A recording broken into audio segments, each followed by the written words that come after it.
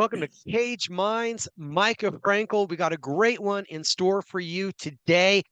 I'm so excited to talk to this man. I've been waiting to do it for a long time. Colorado's own J Train, Justin Gonzales. How you doing?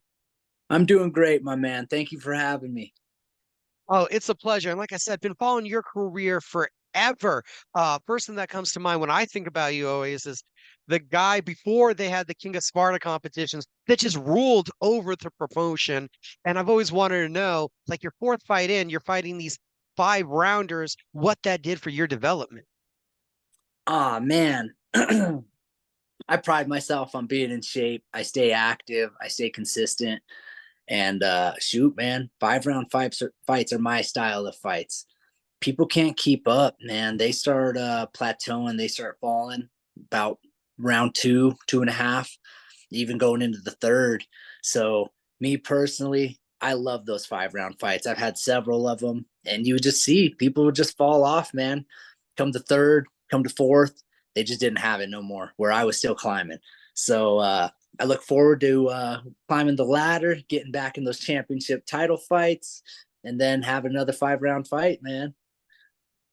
The experience that you gained from those, it wasn't just that experience, it was being a Sparta champion and really getting known in Colorado. I felt like that separated you because you look at the MMA landscape, it's a lot different than boxing. And in boxing, you see a lot of cultivating a hometown audience.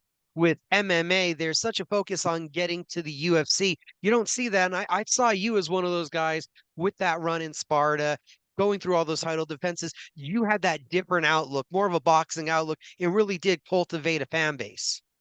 Oh, absolutely, man. I think I put on exciting fights, and I think over the years of just accumulating, man, the toughest guys that I could find that would actually take the fights, it made me grow as an athlete, grow as an MMA fighter, learning, adding to my skills, and diversifying myself and accepting those different challenges. Some of those guys were BJJ guys, some of those guys were strikers, and I had to do it all.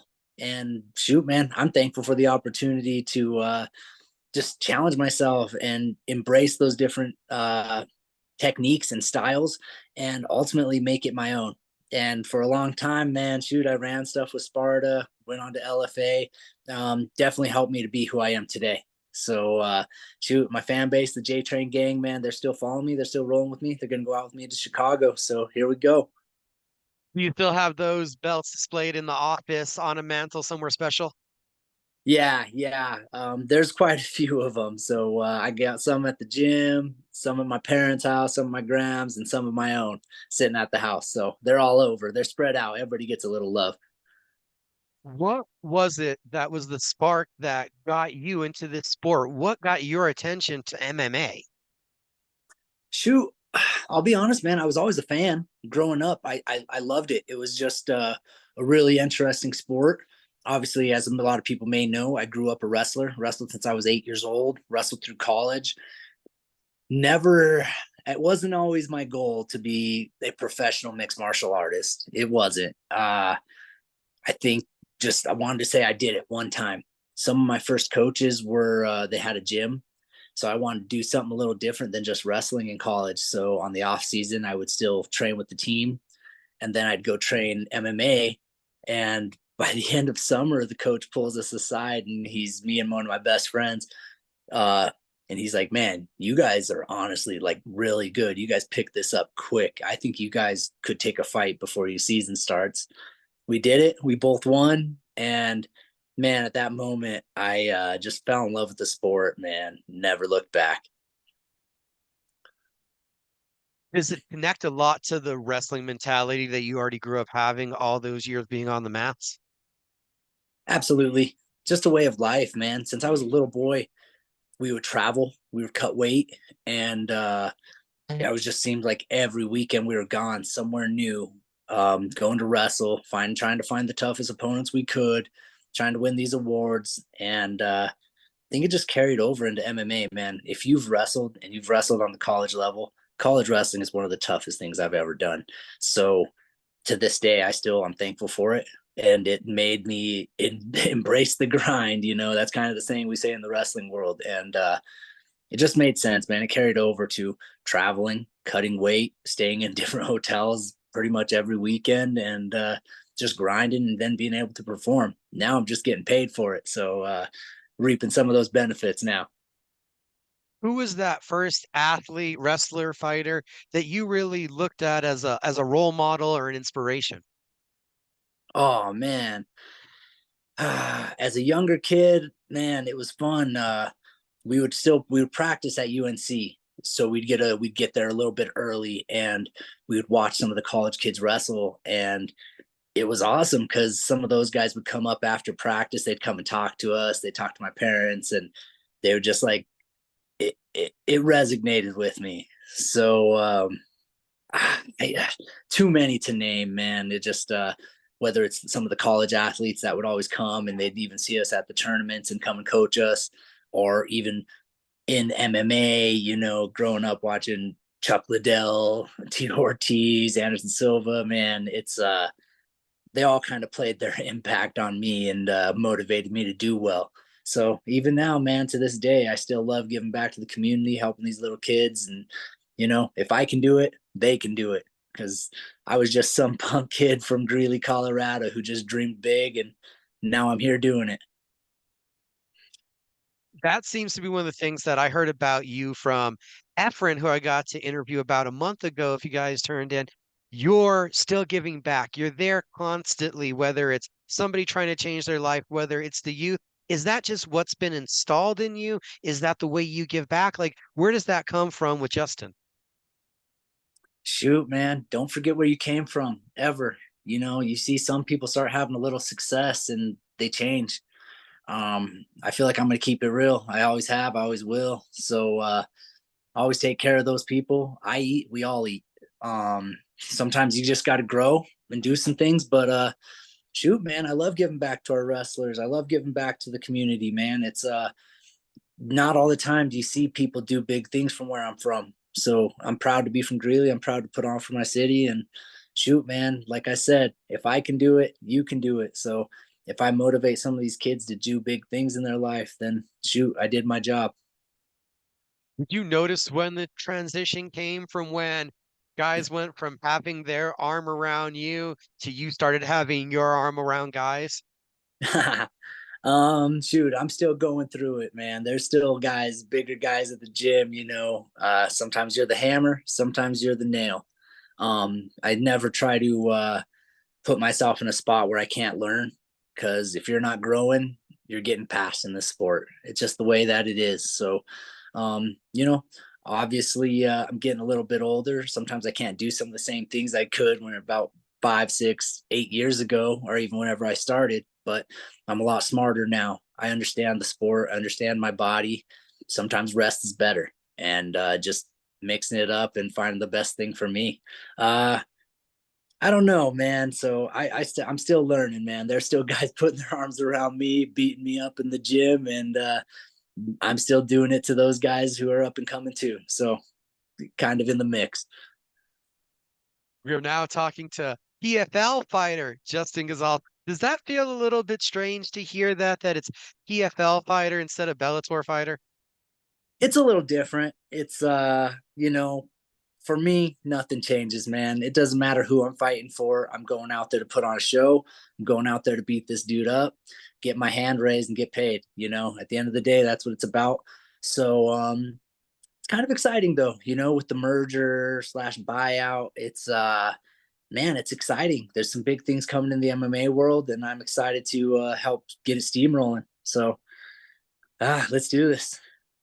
From those wrestling roots, how does a season, a tournament sound? This is something that you're used to. It's back to your roots.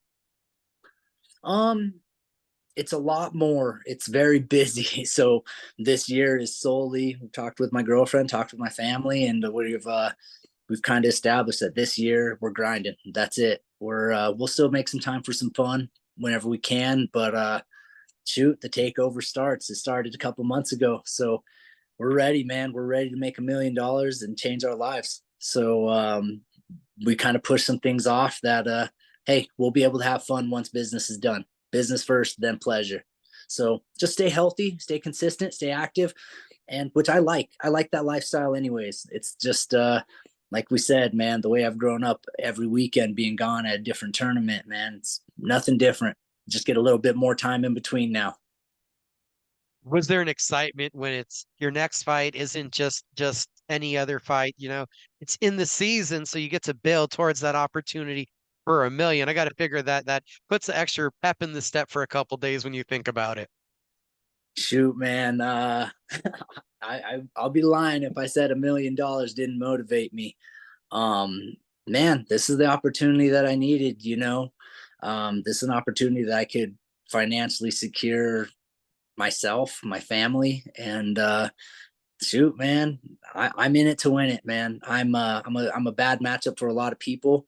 I may have some L's on my record, but I'm coming to take over, man. I'm coming to do the same thing I started. My goal hasn't changed. I want to be a world champion, and I want to be the man. So let's fucking go. You've won titles, you've beat world title challengers or guys that were supposed to fight for the belt. You've been in there with some great ones.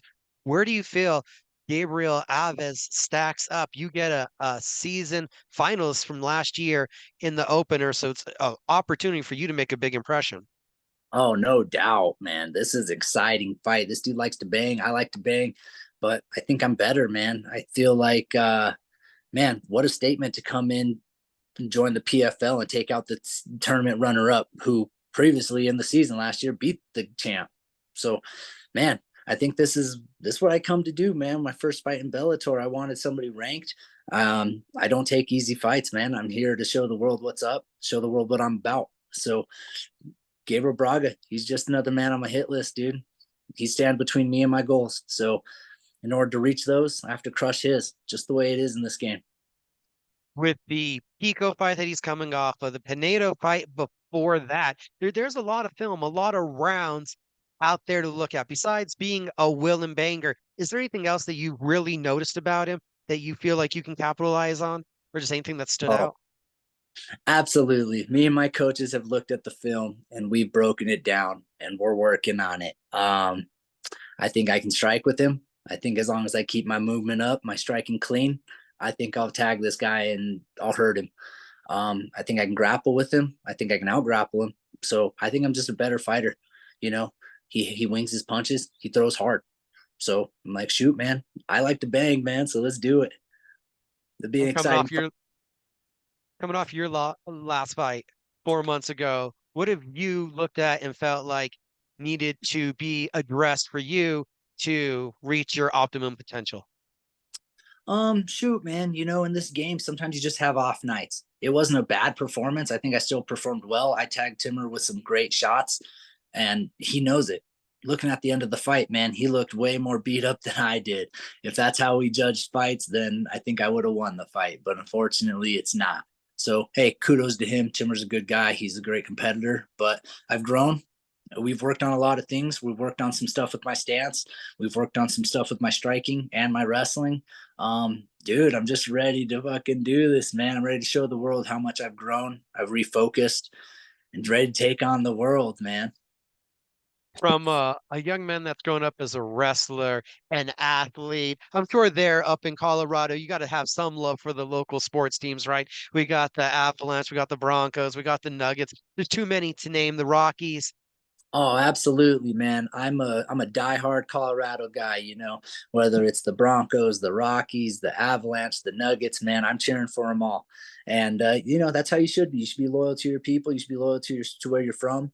So shoot, man, I hope they're doing the same for me, man, trying to make my way in this world. Put on for Colorado, put on for Greeley. Just man, we're doing it. And do you have a favorite team out of those four? It's hard to say, man. I'd probably say hard to go against the Nuggets right now, man. They're returning champs. They're looking good. They got should be the 3-time back-to-back MVP. I mean, they're hot right now. So I'm a diehard Nuggets fan. Then I'd probably have to say the Broncos. I think I just grew up rooting for the Broncos. My family was good Broncos fans, but I also go to the Avalanche games. I still love going to the Rockies games. It's always a good day out on the field, have a dog, have a beer. Shoot, any of them, man. The Mammoth, we got a couple smaller league local teams I believe it's just called the Outlaw and the Grit. That's a lower level hockey and a lower level indoor arena football team. So shoot, I make it out to all of them, man. I support. It's just being from one athlete to another, man. You want to see our teams do good. And then got to ask you also, being from Colorado, there's snow everywhere. What's the favorite winter sport?